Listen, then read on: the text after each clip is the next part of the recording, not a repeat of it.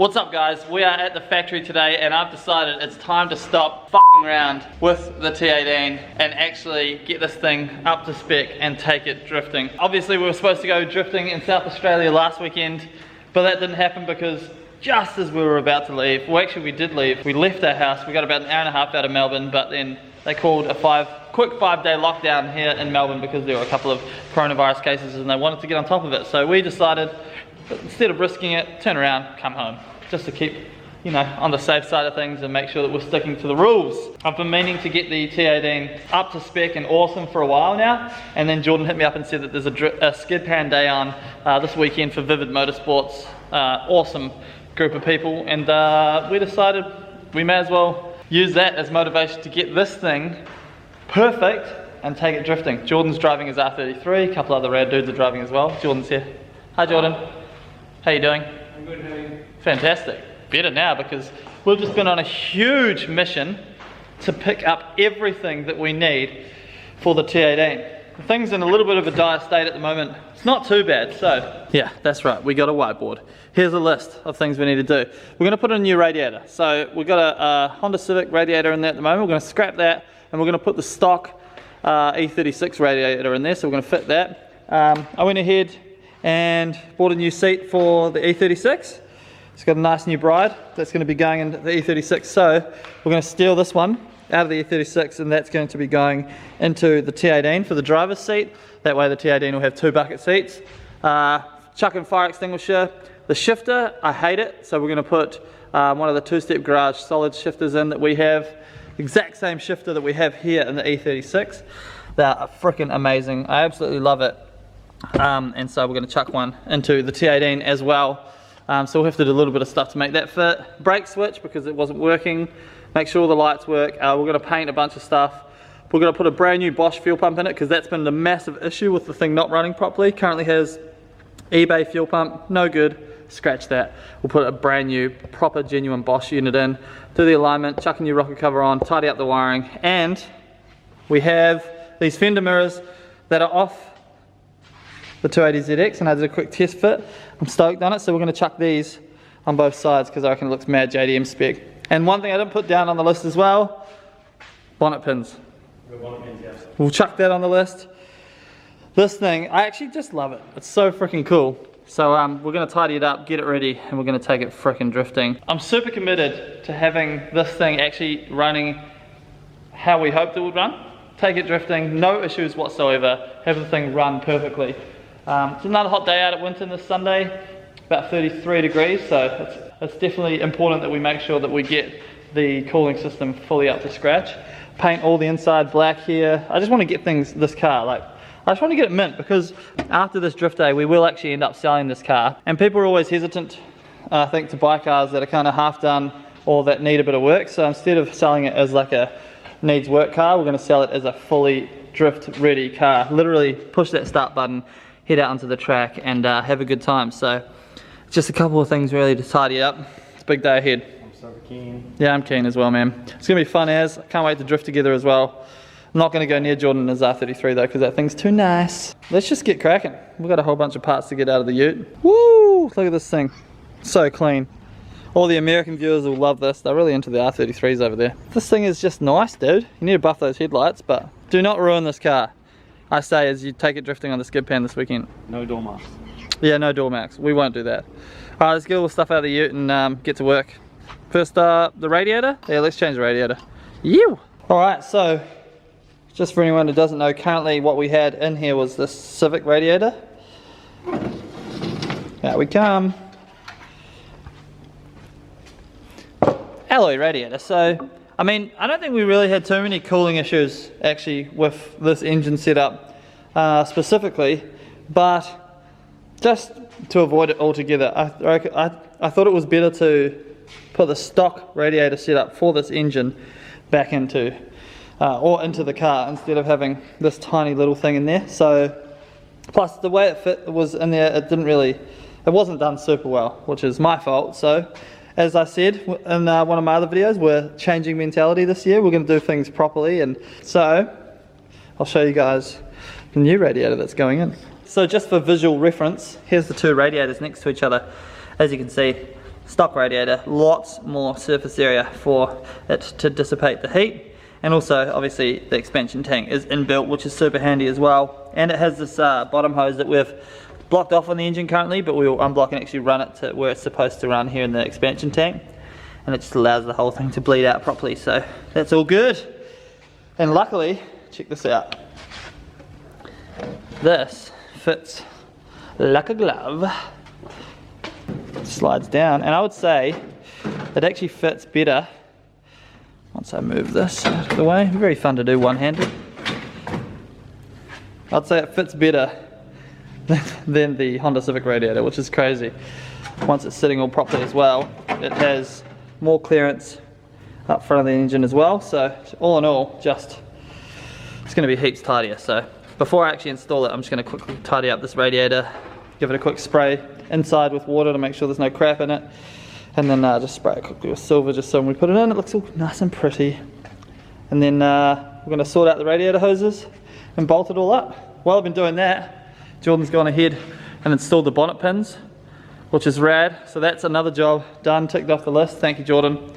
And at the moment, he's currently making us an evaporative cooling system with this air blower and a hose with some pinholes in it. And then you spray the water, and then it comes out as a fine mist and keeps you super cool. It works really well, so because it's like 30 something degrees in here at the moment, but we're going to keep pushing on. I'm really happy with the progress we've already started to make, so get these jobs done quick, smart, so that we can take this thing drifting on Sunday. You.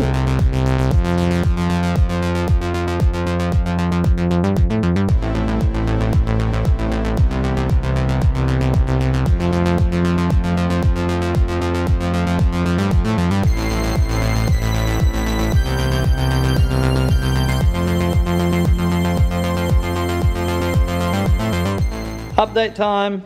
Look at that. Radiator's in. Oh, I'm so much happier with that radiator than that radiator. So good. Looks way tidier.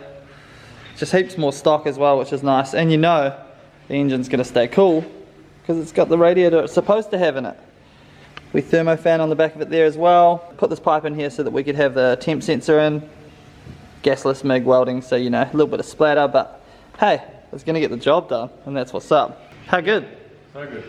Amazeballs. Alright, now we're moving into the car. Inside the car, we are putting a new shifter in. Usually it sandwiches between like the body of the car, but obviously this is an E36 and the shifter is specifically made for an E36, so we are literally welding this plate in. And then the sandwich plate will... And then the sandwich literally will bolt onto the top, which is nice. And then there's a plate that goes over top to protect everything from the drive shaft in case it explodes and stuff. Very, very simple. So I'm going to go ahead and weld that in now. And then we've got the bride seat that we're literally just going to chuck here. So many things. Passenger seat is in super solid. I love that banana seat. It's such a nugget. But that's for you. Whoever you're a passenger, you're going to hop in this car and it's going to be like, wah, bah, bah, bah, and it's going to be awesome. So now you've got a passenger seat. Look at that. That's rust right there. It's all good though because we've got a cage. So let's go and tick some things off the list. It's very important. Ah, Jordan's already done it. Jordan. Radiator. Let's say the seats are done, extinguishers done, bonnet pins are done. Cool, keep going. A lot of this stuff's really easy and not exactly needed for the track day, not super important, but we want to have it done. So we're about to do the shifter and then we can cross that off the list. So excited. Hey, what's this we got doing here? What is that? It's a rocket ship. It's a rocket ship.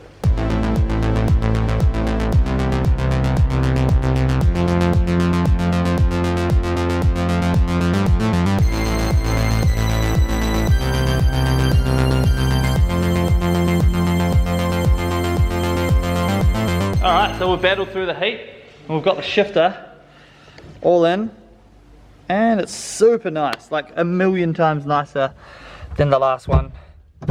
Like super solid. These shifters are amazing, so, and it's made for this gearbox and everything, so it just works really well, and reverse works super good as well, so that's good. It's just exactly how you'd expect it to be. Fifth gear, no worries, so very happy with that. The last one was just, yeah, a little too just jiggy really. So good job with that. Bride seat's just sitting in there at the moment. Need to bolt that down. Obviously, like we said, the passenger seat's in.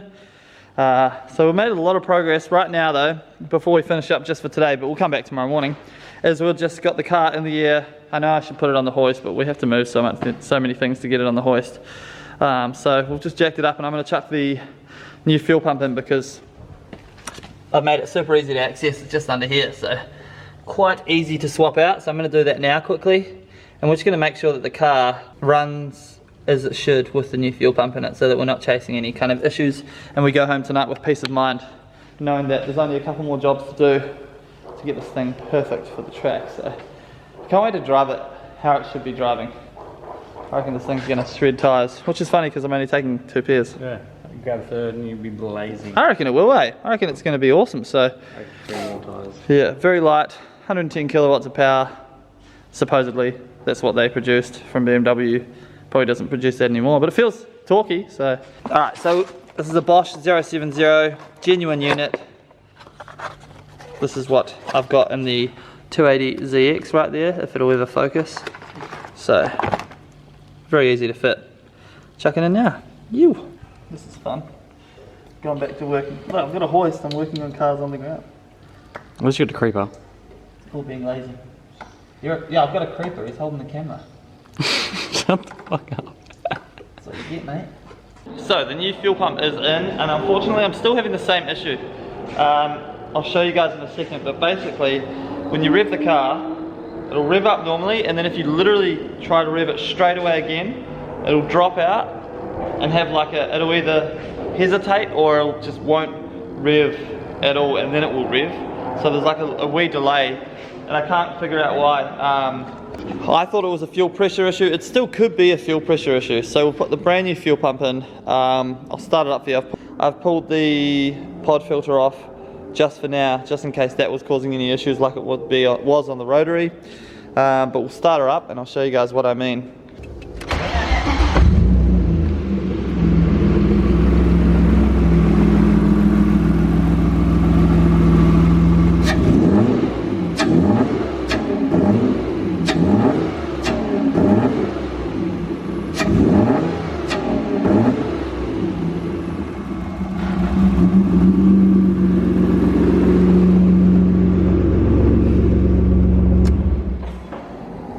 So right there, as you heard, when I rev it, and then I go to rev it again, it'll rev, and then it'll be nothing, even with I had the throttle fully flat, and then all of a sudden it'll rev again. So, super weird problem to have. So, quickly I'll check the spark to make sure that it's not the spark that's dropping out. So I'll pull one of the coil packs off, and I'll chuck a spark plug on that. And have that running while I rev it and see if the spark drops out for that second, and if not, then we know it's a fuel pump issue or a fuel pressure issue, although I definitely think it is. So what I'm going to do is I'm going to check the voltage at the fuel pump to make sure that it's not dropping at all when we're revving the car, and to make sure that it's got solid voltage at the fuel pump, because that can cause a pressure loss or a pressure drop. And I'm also going to double check that so the pickup in here, we've got obviously 2 lines coming off here. I'm just going to make sure that we've got the fuel drawing off the right line as well, because there's every chance that perhaps maybe it's off the wrong line. Bit of troubleshooting to go on, but this is basically a problem that I've had with this car the whole time we've had the engine in it. So it would be really nice to get that sorted, because I'm 99% confident that if we get that sorted, this car will absolutely shred when we take it to the skid pan in a couple of days. Alright, so I checked the voltage at the pump. Perfect. It's getting like 12.5, 13 volts. When the car's running, doesn't drop, no nothing, so that's all good. I checked the pickup and the tank. Nothing wrong with that. So I did blow the lines out with a compressor, and I did notice some rust coming out of the lines, or the rusty fuel. And I did look in the tank. Fuel looks a little rusty as well. So I had a quick look here. I pulled the injectors out. So these are the injectors here. Tapping them on the ground. And all of this on here, this brown stuff, look at that. is what you can see that's come out of the injectors.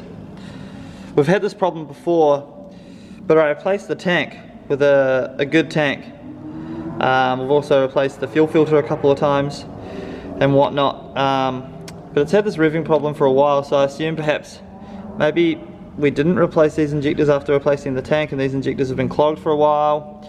But I'm going to drain the tank of fuel and put fresh fuel in it. I've got these B25 injectors here. Obviously this is a B20, so these are going to run a little rich, but what they will tell us is whether replacing the injectors are going to fix our revving problem or not.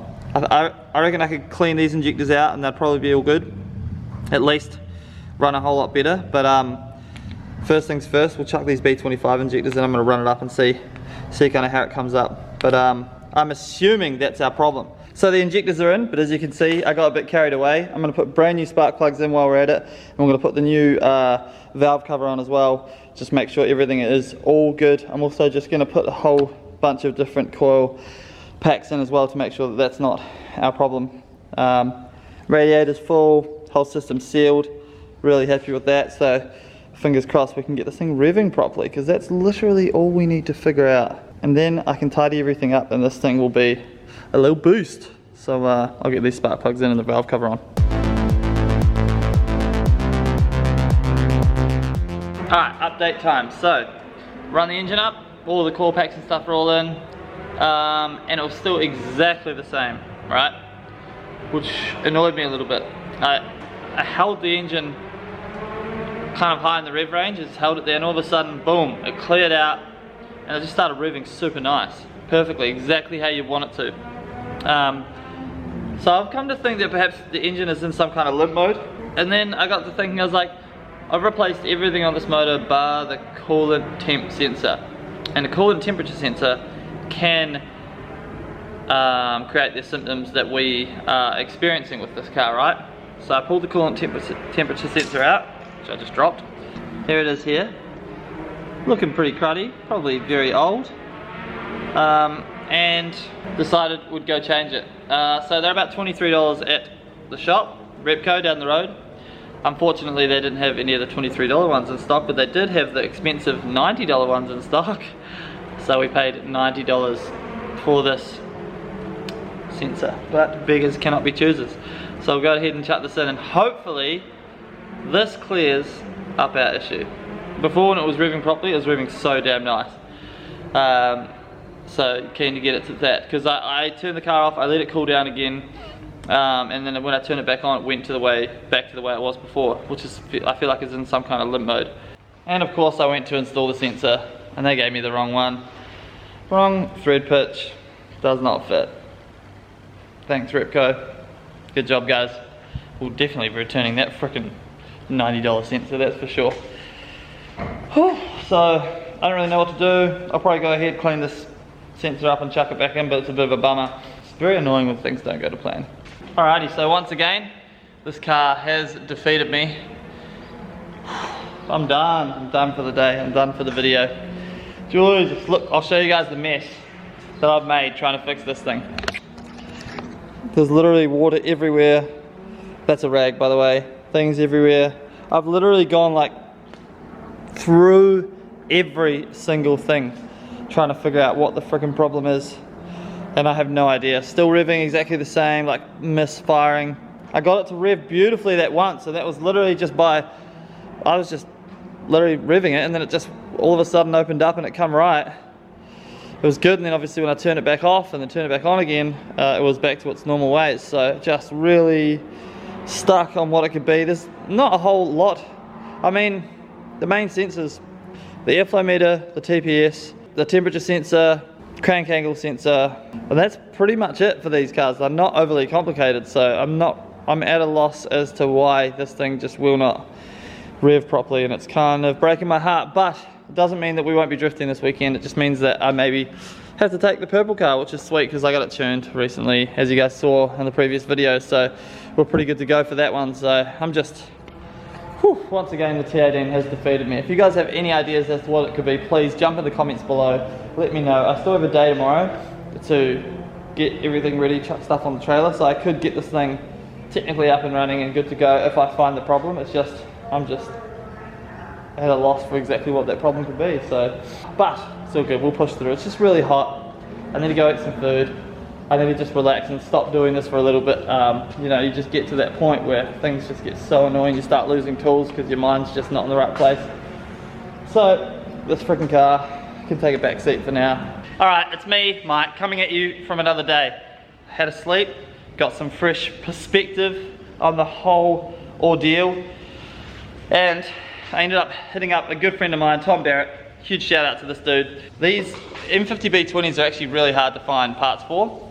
And I needed an ECU, an airflow meter, and I actually got a loom off them as well. I got all three. They were sitting in his shed. I went and picked them up this morning, and so I've thrown the ECU in. So here's our old ECU. I've just pulled the cover off and just had a quick look. It does look like at some point there's been some water perhaps in it. Don't know if that's at all our problem, but there is some funky stuff definitely going on the board here. So potentially this thing's not had the best life.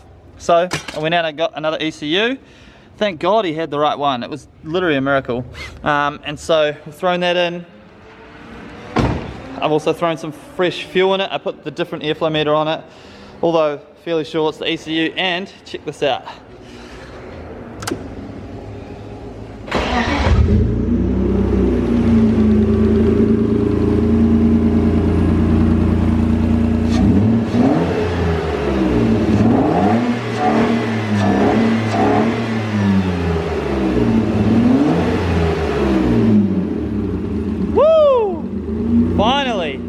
Yes! So I think our problem is fairly well sorted. Obviously we won't know until we take it out and put our foot down, but it seems good. It's revving a million times better than it ever has. So we're going to go ahead and finish the rest of the jobs, clean this thing up, throw it all together. Man, I'm just stoked though, because I literally was this close to giving up. So alrighty, while the sun's going down, it's been one hell of a day. Sorry the vlog's been super stop-starty, but this thing has been such a mission to get ready. So here it is. Whew. So I'm not going to lie to you guys, in the downtime between putting the seat in, I painted the rear, which I didn't film, but you can see I've still just got a wee spot to finish, but I'm going to finish that spot right there right now. But the rear's all painted, seats are in, everything's nice and tidy. Shifter's all good, and yeah, but I just had a wee electrical drama where the car wouldn't go at all, and then I figured out one of the relays was actually dodgy in the loom. Swapped that out, and now everything seems good. I just took it for a test drive, and man, this thing definitely goes good. It's got so much torque from that 6-cylinder engine, so it seems good at the moment. Ignore the water there. I just topped up the water and bled the whole water system. But it seems all good at the moment, so fingers crossed. Open her up quickly.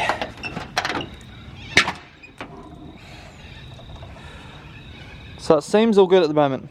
So fingers crossed it stays that way. Yeah, drove awesome just then when I took it for a drive. So yeah, just stayed cool as well, which is nice. So I bled all the air out the system. There was plenty of air in it.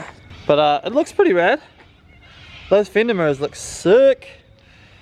You guys are going to have to wait and see for the next video to see how it drives. But after, honestly, well, I've just basically put 3 days straight of effort into this thing. Look, some artwork there from Jordan. Thanks, Jordan. And fingers crossed that tomorrow it just pays off, because man, so much hard work. It looks so good though, for a nugget, I guess. Honestly, I was so close to giving up. You guys saw, like, but I woke up this morning with a new invigorated sense of motivation somehow. Don't know where it come from, and somehow we got it done today. Again today I almost gave up when that electrical gremlin come up. So yeah, it's just, this thing's been a handful, but I want to prove to myself and to you guys that this thing actually works. So we push through, fingers crossed that it all pays off in the end. That is it for this video, guys. I'll see you in the next video, which will be drifting this thing. Skid pan day, perfect for this. There'll be a layout on the skid pan, so it should be pretty fun. Thank you guys for watching. Make sure you obviously hit that like button just for all the effort that's been put in this video. There's like 80% of people at the moment watching the videos aren't subscribed, which is huge. So if you guys want to hit that subscribe button, that would really help the channel. And I'll see you guys in the next video where we are freaking drifting. Hell yeah, I cannot wait. Cheers guys. You, peace.